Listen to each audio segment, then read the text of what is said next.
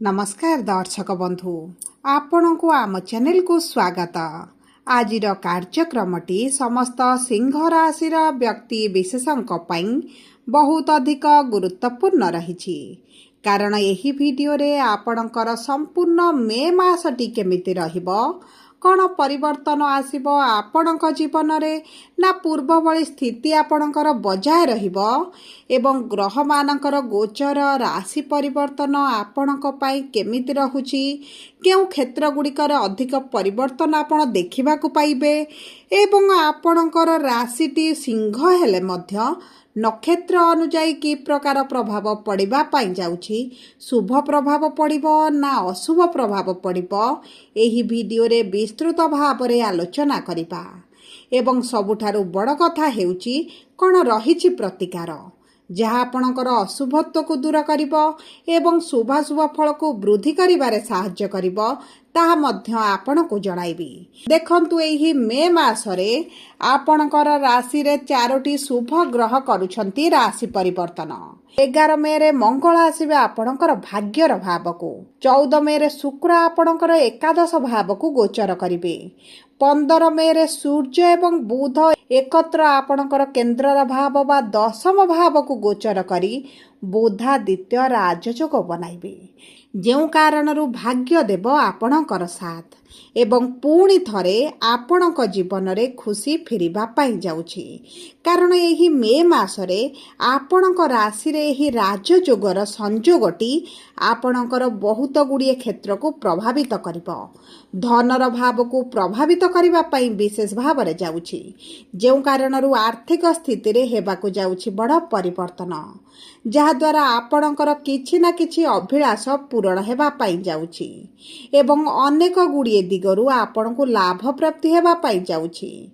तेबे आसंतु जानिबा एही मे मासरे केबेठारू केउ क्षेत्र गुड़िकरे की प्रकार परिवर्तन हेबो किंतु वीडियोटी आरंभ करिबा पूर्वरु जदि आपणकर भी सिंह राशि होइथाए एवं आपण भी ईश्वर को आंतरिक भक्ति एवं विश्वास करंती तेबे वीडियोटी को लाइक करंतु कमेंट बॉक्स रे जय जगन्नाथ जय मां लक्ष्मी अवश्य लिखि दियंतु ता सहित आम सह जोगाजोग करिबा पाई वीडियोर मध्य भागरे एक व्हाट्सएप नंबर टिए दिया जाइछि जो नंबर साहाय्य आपण आम सह जोगाजोग करी निजर नूतन कुंडली प्रस्तुत करि परिबे कुंडली विश्लेषण कराई परिबे किंबा आपणकर चाकरी विवाह व्यवसाय प्रेम संपर्क शिक्षा स्वास्थ्य को नहीं किछि समस्या रहिछि ताहार सहजरे एवं स्वल्प मूल्य रे समाधान करि परिबे सेति पई आपण आम सह वीडियोर शेष पर्यंत जोड़ी होई रुहंतु एवं व्हाट्सएप नंबर माध्यम रे आम सह जोगाजोग करी खूब कम मूल्य रे आपणक समस्यार समाधान करंतु। एबे आसंतु कार्यक्रमटी को आग को बढ़ाइबा एवं जानिबा सिंह राशि आपणकर हेले मध्य नक्षत्र अनुजाई केउ क्षेत्र रे की प्रकार फल प्राप्ति हेबा पाई जाउछि। देखंतु सिंह राशि रो 3टी नक्षत्र रहिछि मघा सिंह पूर्व फाल्गुनी सिंह एवं उत्तरा फाल्गुनी सिंह राशि। सर्वप्रथम जानिबा मघा सिंह राशि बा 10/5 सिंह राशि रो व्यक्ति विशेष मानकर नक्षत्राधिपति हेउछंती केतु। एही व्यक्ति माने केतु अंशरे बा केतु महादशा रे जन्म ग्रहण करिथांती एवं केतु स्वयं रो नक्षत्र रे विराजमान करी आपणक राशि रो लग्नर भाव रे विराजमान करिसंती जेउ कारणरू आपणकर स्वास्थ्य रे जदि किछि पूर्वरु समस्या चलिथिला सेते राशि बड़ परिवर्तन। देखंतु पूर्वरु आपण किछि ना किछि स्वास्थ्य समस्या एवं आर्थिक समस्याटी देखुथिले कारण मंगल आपणकर अष्टम भाव रे विराजमान करी अष्टम भाव को जेहेतु कुंडली रो शुभ बोली मना जाएनी आपणक जीवन रे समस्या गुडी को बढ़ाउथिले किंतु मंगल जेहेतु आपणक भाग्यर स्वामी होई भाग्यर भाव को गोचर करिवे आपणक भाग्य आपणकर साथ देबो। 11 मे परठारु जदि आपण किछि शुभ कार्य करिबा पाई चाहुचंती नूतन भाव रे किछि बड़ कार्य आरंभ करिबा पाई चाहुचंती आपणक जीवन रे किछि बड़ निष्पत्ति नेबा पाई चाहुचंती तेबे आपणको उत्तम फल प्राप्ति हेबो विशेष भाव रे आपणक कर्म क्षेत्र रे आपणको तो चमत्कारी फल प्राप्ति हेबो मान सम्मान वृद्धि हेबो दरमा रे वृद्धि होई पारे चाकरी रे प्रमोशन होई पारे ହୋଇପାରେ କିମ୍ବା ଆପଣ ଯଦି ଟ୍ରାନ୍ସଫର ପାଇଁ ଚେଷ୍ଟା କରୁଛନ୍ତି ତେବେ ତାହା ମଧ୍ୟ ଆପଣଙ୍କର ହୋଇପାରେ। ସବୁଠାରୁ ବଡ଼ କଥା ହେଉଛି ବିଦ୍ୟାର୍ଥୀମାନଙ୍କର ଭାଗ୍ୟ ତାଙ୍କର ସାଥ ଦେବା ପାଇଁ ଯାଉଛି। ଶିକ୍ଷା ସମ୍ବନ୍ଧିତ ଯେକୌଣସି ବଡ଼ ନିଷ୍ପତ୍ତି ନେବେ ଆପଣଙ୍କ ପାଇଁ ଅତ୍ୟନ୍ତ ଶୁଭଦାୟକ ରହିବ। ଏବେ ଆସନ୍ତୁ ଜାଣିବା ପୂର୍ବ ଫାଲ୍ଗୁନୀ ସିଂହ ରାଶି ବା 11/5 ସିଂହ ରାଶିର ବ୍ୟକ୍ତିବିଶେଷ ମାନଙ୍କର ନକ୍ଷତ୍ରାଧିପତି ହେଉଛନ୍ତି ଶୁକ୍ର ଏବଂ ଏହି ବ୍ୟକ୍ତିମାନେ ଶୁକ୍ର ଅଂଶରେ ବା ଶୁକ୍ର ମହାଦଶାରେ ଜନ୍ମଗ୍ରହଣ କରିଥାନ୍ତି। ଦେଖନ୍ତୁ ଶୁକ୍ର ଆପଣଙ୍କର ଦଶମ ଭାବରେ ସ୍ୱୟଂର ରାଶିରେ ବିରାଜମାନ କରିଥିବାରୁ 14 ମେ ପର୍ଯ୍ୟନ୍ତ ଆପଣଙ୍କ କର୍ମକ୍ଷେତ୍ରରେ ଆପଣଙ୍କୁ ନିଶ୍ଚିତ ଭାବରେ ଶୁଭ ଫଳ ପ୍ରାପ୍ତି ହେବ। ଦେଖନ୍ତୁ ଯଦି ଆପଣ ନୂତନ ଚାକିରିର ସନ୍ଧାନରେ ରହିଛନ୍ତି ନିଶ୍ଚିତ ଭାବରେ ଚାକିରି ପ୍ରାପ୍ତି ହୋଇଯିବ। ଯଦି ଆପଣ ଗଭର୍ଣ୍ଣମେଣ୍ଟ ଚାକିରି ପାଇଁ ଚେଷ୍ଟା କରୁଛନ୍ତି ତେବେ ଆପଣଙ୍କ ପାଇଁ ବହୁତ ଭଲ ସମୟ ଆସୁଛି।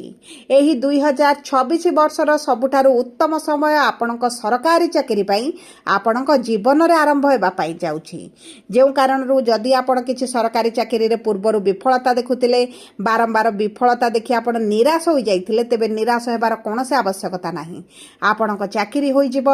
ଯଦି ଆପଣ ପୂର୍ବରୁ ସରକାରୀ ସ୍ତରରେ କିଛି କାର୍ଯ୍ୟରତ ଅଛନ୍ତି କିନ୍ତୁ ସମସ୍ୟା ଭିତରେ ରହିଛନ୍ତି, ଶତ୍ରୁ ବୃଦ୍ଧି ଘଟିଛନ୍ତି, ଆପଣଙ୍କର ରୋଜଗାର ଆପଣଙ୍କ ଦରମାର ବୃଦ୍ଧି ହେଉନାହିଁ, ତେବେ ଏହିସବୁ କ୍ଷେତ୍ର ଗୁଡ଼ିକରେ ଆପଣଙ୍କୁ ଶୁଭ ଫଳ ପ୍ରାପ୍ତି ହେବା ପାଇଁ ଯାଉଛି। ଯଦି ଆପଣ ବିଦେଶ ଯିବା ପାଇଁ ଚାହୁଁଥିଲେ କିମ୍ବା ବିଦେଶରେ ରହିଛନ୍ତି ତେବେ ଆପଣଙ୍କ ପାଇଁ ଅତ୍ୟନ୍ତ ଶୁଭଦାୟକ ରହିବ। ଆପଣଙ୍କ ଆର୍ଥିକ କ୍ଷେତ୍ରରେ ଚମତ୍କାରୀ ଫଳ ଆପଣଙ୍କୁ ପ୍ରାପ୍ତ ହେବ।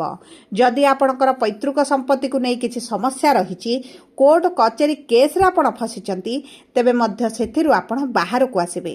ଆପଣଙ୍କ ପ୍ରାପ୍ୟ ଆପଣଙ୍କୁ ପ୍ରାପ୍ତ ହେବ ଏବଂ ତାହା ସହିତ ଯଦି ଆପଣଙ୍କର ଅର୍ଥଟି କେଉଁଠି ବୁଡ଼ି ଯାଉଛି ତେବେ ସେହି ଅର୍ଥ ମଧ୍ୟ ଆପଣଙ୍କୁ ମିଳିଯିବ। ଏହି ମାସରେ ଯଦି ଆପଣ ସେୟାର ମାର୍କେଟ କିମ୍ବା ଆପଣ କୌଣସି ଯୋଜନାର ଅର୍ଥ ବିନିଯୋଗ କରନ୍ତି, ସୂର୍ଯ୍ୟଙ୍କର ସ୍ଥିତି ଉତ୍ତମ ଥିବା କାରଣରୁ ଆପଣଙ୍କୁ ନିଶ୍ଚିତ ଭାବରେ ଲାଭଦାୟକ ଫଳ ପ୍ରାପ୍ତ ହେବ।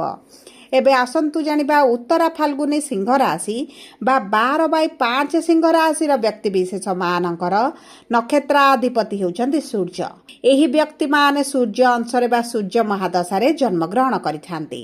ସୂର୍ଯ୍ୟ ଆପଣଙ୍କର ଦଶମ ଗୃହକୁ 15 ମେରେ ଗୋଚର କରିବା କ୍ଷଣି ଆପଣଙ୍କ ସରକାରୀ ଚାକିରିର ଅତ୍ୟନ୍ତ ଯୋଗ ବନୁଛି। ଯଦି ଆପଣଙ୍କର କିଛି ପୂର୍ବରୁ ସରକାରଙ୍କ ସମ୍ବନ୍ଧିତ କାର୍ଯ୍ୟରତ ଥିଲେ ତେବେ ଆପଣଙ୍କୁ ଶୁଭ ଫଳ ପ୍ରାପ୍ତି ହେବ କିମ୍ବା ଆପଣଙ୍କର କିଛି କାର୍ଯ୍ୟ କିଛି ଅର୍ଥ ଆପଣଙ୍କର ସରକାରଙ୍କ ସ୍ତରରେ ଫସି ରହିଛି, କିଛି ପ୍ରୋଜେକ୍ଟ ଆପଣଙ୍କର ଫସି ରହିଛି, ତେବେ ତାହା ମଧ୍ୟ ଆପଣଙ୍କୁ ମିଳିଯିବ। ଏହି ସମୟ ମଧ୍ୟରେ ଯଦି ଆପଣ କିଛି ନୂତନ ଚାକିରିର ସନ୍ଧାନରେ ଅଛନ୍ତି ତାହା ମଧ୍ୟ ଆପଣଙ୍କୁ ମିଳିବାର ସମ୍ଭାବନାଟି ଯଥେଷ୍ଟ ରହିଛି ଏବଂ ଆପଣ ଯଦି କିଛି ନୂତନ ବ୍ୟବସାୟ ଆପଣଙ୍କର ଆରମ୍ଭ କରିବା ପାଇଁ ଚାହୁଁଛନ୍ତି, ଅର୍ଥର ସମସ୍ୟାଟି ବାଧକ ସାଜୁଛି, ତେବେ ମଧ୍ୟ ଆପଣଙ୍କର ଏହି ସମସ୍ୟା ଗୁଡ଼ିକ ଦୂର ହୋଇଯିବ।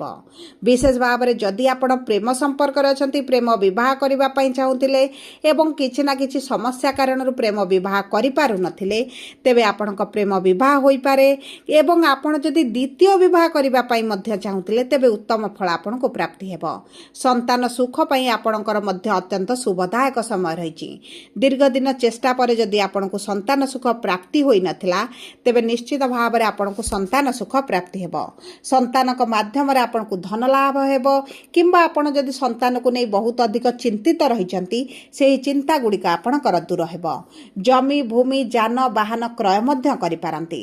ଏହି ସମୟ ମଧ୍ୟରେ ଆପଣଙ୍କ ସ୍ୱାସ୍ଥ୍ୟରେ ନିଶ୍ଚିତ ଭାବରେ ଉନ୍ନତି ପରିଲକ୍ଷିତ କରିବେ। ସବୁ ପରେ ଯେହେତୁ ଶନିଙ୍କର ଅଢ଼େଇ ଚାଲିଛି, ଆପଣ ପ୍ରତିଦିନ ହନୁମାନ ଚାଳିଶା ପାଠ କରନ୍ତୁ, ପ୍ରାତଃ ସମୟରେ ସୂର୍ଯ୍ୟଙ୍କୁ ଜଳ ଅର୍ପଣ କରନ୍ତୁ, ସୂର୍ଯ୍ୟଙ୍କର ବୀଜ ମନ୍ତ୍ର ପାଠ କରନ୍ତୁ କିମ୍ବା ଆଦିତ୍ୟ ହୃଦୟ ସ୍ରୋତ ପ୍ରତିଦିନ ପାଠ କରନ୍ତୁ। ତା ସହିତ ଯଦି ଆପଣଙ୍କର ଆର୍ଥିକ ସ୍ଥିତିଟି ଖରାପ ରହିଛି ତେବେ ଶ୍ରୀ ସୂକ୍ତମ ପାଠ କରନ୍ତୁ। ସ୍ୱାସ୍ଥ୍ୟଗତ ସମସ୍ୟା ଶତ୍ରୁ ବୃଦ୍ଧି ଯଦି ହୋଇଛନ୍ତି ଆପଣ ପ୍ରତିଦିନ ହନୁମାନ ଚାଳିଶା ପାଠ କରିବା ସହିତ ହନୁମାନ ଅଷ୍ଟକ ଆପଣ ପାଠ କରନ୍ତୁ। ଶନିବାର ଦିନ ଶନି ମନ୍ଦିରରେ ସୋରିଷ ତେଲରେ ଦୀପଟିଏ ଅର୍ପଣ କରନ୍ତୁ। ଆପଣଙ୍କୁ ଅତ୍ୟନ୍ତ ଶୁଭଦାୟକ ଫଳ ପ୍ରାପ୍ତ ହେବ। ଯଦି ଆପଣଙ୍କର ସିଂହ ରାଶି ହୋଇଥାଏ ଭିଡ଼ିଓଟି କିଭଳି ଲାଗିଲା କମେଣ୍ଟ ବକ୍ସରେ ଲେଖି ଜଣାନ୍ତୁ। ଯଦି ପ୍ରଥମ ଥର ଆମ ଚ୍ୟାନେଲକୁ ଆସିଛନ୍ତି ଚ୍ୟାନେଲଟିକୁ ସବସ୍କ୍ରାଇବ୍ କରନ୍ତୁ। ପାଖରେ ଥିବା ବେଲ୍ ଆଇକନକୁ ପ୍ରେସ୍ କରନ୍ତୁ।